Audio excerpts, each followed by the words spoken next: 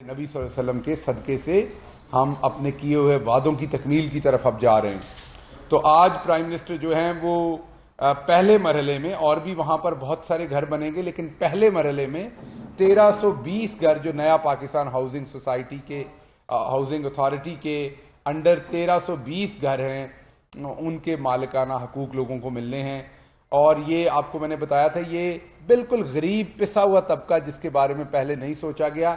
इससे पहले जुनेजो साहब ने सोचा था बिल्कुल, लेकिन वो प्रोजेक्ट फेल हो गया था, चल नहीं सका था। उनकी नीयत तो जारी बात है बहुत अच्छी थी, लेकिन सिस्टम्स उस टाइम नहीं बने हुए थे, वो भले मॉर्गेज हो दूसरी चीजें, तो वो चल नहीं सका था।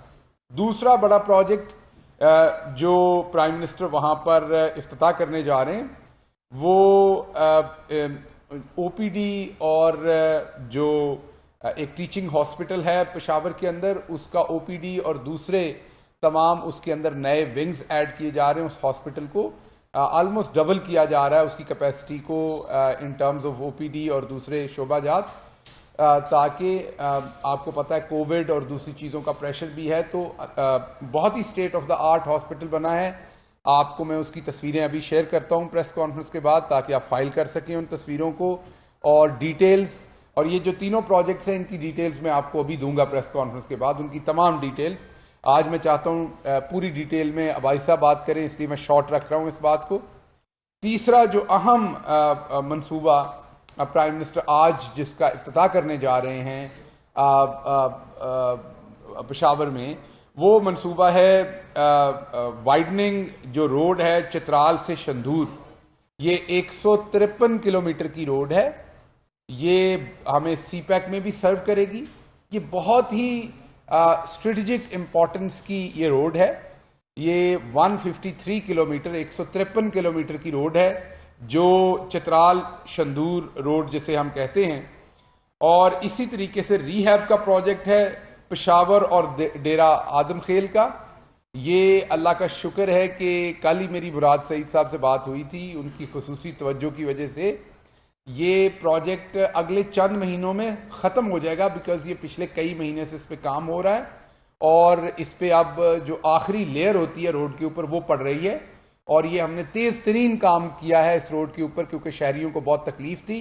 तो ये चंद ही महीनों में ये रोड 35 किलोमीटर लंबा रोड था और बहुत ही इंपॉर्टेंट नवीयत का ये भी रोड था, क्योंकि इसकी भी बड़ी स्ट्रेटेजिक इंपॉर्टेंस है। और इसके ऊपर अब आखिरी लेयर जो है वो पड़ रही है और अगले चंद महीने में इंशाल्लाह ये लोग इसको इस्तेमाल कर सकेंगे। तो ये तीन मेजर चीज़ें आज प्राइम मिनिस्टर साहब वहाँ कर रहे हैं। उसके अलावा भी जो हमारे डिफरेंट प्रोग्राम हैं, एहसास के, नया पाकिस्तान हाउसिंग के, रमज़ान के अंदर लंगर खाने और दूसरे, उनका भी जायज़ा वहाँ लिया जाएगा। और सूबाई जो मामलात हैं हमारी गवर्नमेंट के KPK के, उनके भी। अब मैं दावत देता हूँ सदाकत अली अब्बासी साहब को, एक अहम मौजू के ऊपर वो आपसे बात करना चाहते हैं। मौजू आप सबको पता है, कल वो हो चुका, और उस मौजू से, उस हरकत से, उस चीज़ से हमारे पूरे कल्चर पे, हमारे पार्लिमानी कल्चर पे, हमारे मीडिया पे, हमारे बच्चों की तरबियत पे क्या असरात हैं, मेरा ख्याल वो आपको बताने की ज़रूरत नहीं, आपको खुद से पता है। बासी साहब जो हैं वो, उनके बारे में बता दूं बजाय इसके कि उनको खुद बताना पड़े कि बासी साहब जो है उन्होंने पोठोहार में सबसे ज़्यादा वोट लिए हैं अभी तक अपने इस हल्के में। इस हल्के की तारीख में इतना वोट किसी को नहीं मिला।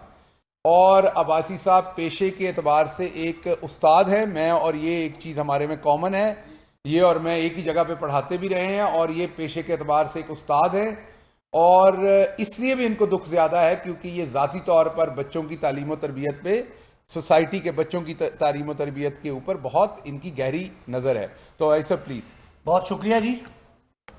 जैसे कि शहबाज साहब ने बताया कि कल जो वाक़या हुआ पार्लियामान में, साबिक वज़ीर आज़म शाहिद खाकान साहब ने जो वहाँ पे बगैर किसी बड़े मेजर इशू के, स्पीकर साहब उनको बुला रहे थे कि आप बात करें, माइक पे बात करें, फ्लोर पे बात करें, जो उन्होंने स्पीकर के सामने जाके, स्पीकर साहब के सामने जाके जो उनको मारने की और जूता मारने की जो बात की, कल से सोशल मीडिया पे कौसार, खिता कौसार और खिता पोठहार के लोगों पे बहुत सारी बात आई, क्योंकि वो अपने आप को पहाड़ का बेटा कहते हैं।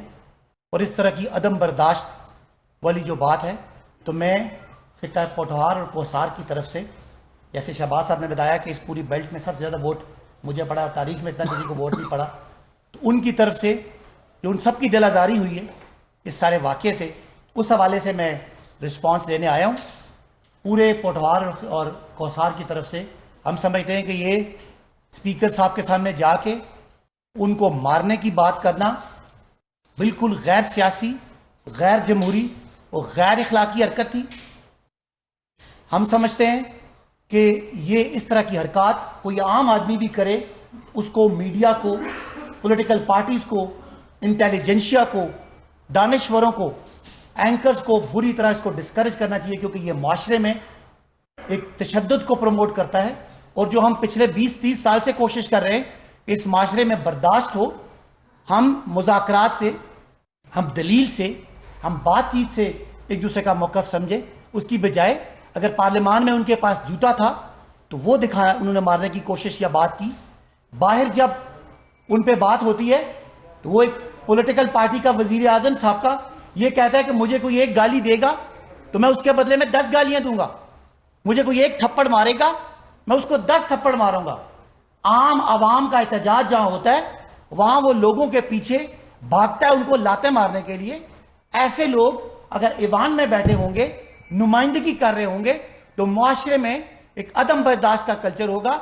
मुझे जहां मेरी मर्जी का फैसला नहीं मिलेगा, चाहे वो मजिस्ट्रेट है, तहसीलदार है, एसी है, डीसी है, कोई अदालत है, तो मैं वहां खड़ा हो जाऊंगा। मेरे हाथ में जूता है, मेरे हाथ में पत्थर है, मेरे हाथ में कोई डंडा सोटा है या असला है, मैं वो इस्तेमाल करूंगा। मैं कहूंगा कि मेरे तरीके से करो, वरना मैं नहीं चलने देता। इससे मुआशरे पे बहुत मनफी असरात होते हैं उन लोगों के कि जो आला ओहदों पर फायज होते हैं। कारकुनान इस पार्टी को करोड़ों लोगों ने वोट दिया, उनको क्या मैसेज है? मैं बताना चाहता हूं कि पोठवार और कौसार में हम इलेक्शन लड़ते हैं, बहुत ज्यादा तहजीब के अंदर रह के हम इख्तलाफ भी करते हैं, इख्तलाफ राय भी करते हैं, बात भी करते हैं, सुनते भी हैं। हमारा 492 पोलिंग स्टेशन पे इलेक्शन हुआ, एक जगह भी कोई तू तकार भी नहीं हुई, कोई गमला भी नहीं टूटा, कोई पत्ता भी नहीं टूटा सारे प्रोसेस में। तो ये आदमी, मैं कौम से, स्पीकर साहब से, पार्लियामान से और जिन्होंने इस चीज से इसको हद तक समझा है, उनसे पोठवार और कोसार की तरफ से माजरत चाहता हूं।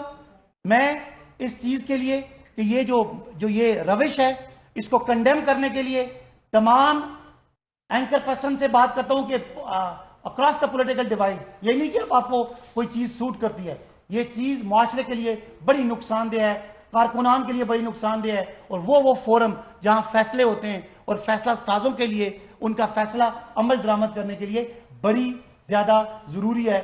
और जो आज हम देखते हैं कि मुआशरे में जब आपकी बात ना मानी जाए, लोग रास्ते रोकते हैं, लोग पत्थर मारते हैं, लोग मोटरसाइकिल जलाते हैं, लोग थानों पे हमले करते हैं। इसके पीछे कोई वजह है, और वजह ऐसे लोग हैं जो इस मुआशरे को एक तशद्दुद की तरफ ले जाना चाहते हैं।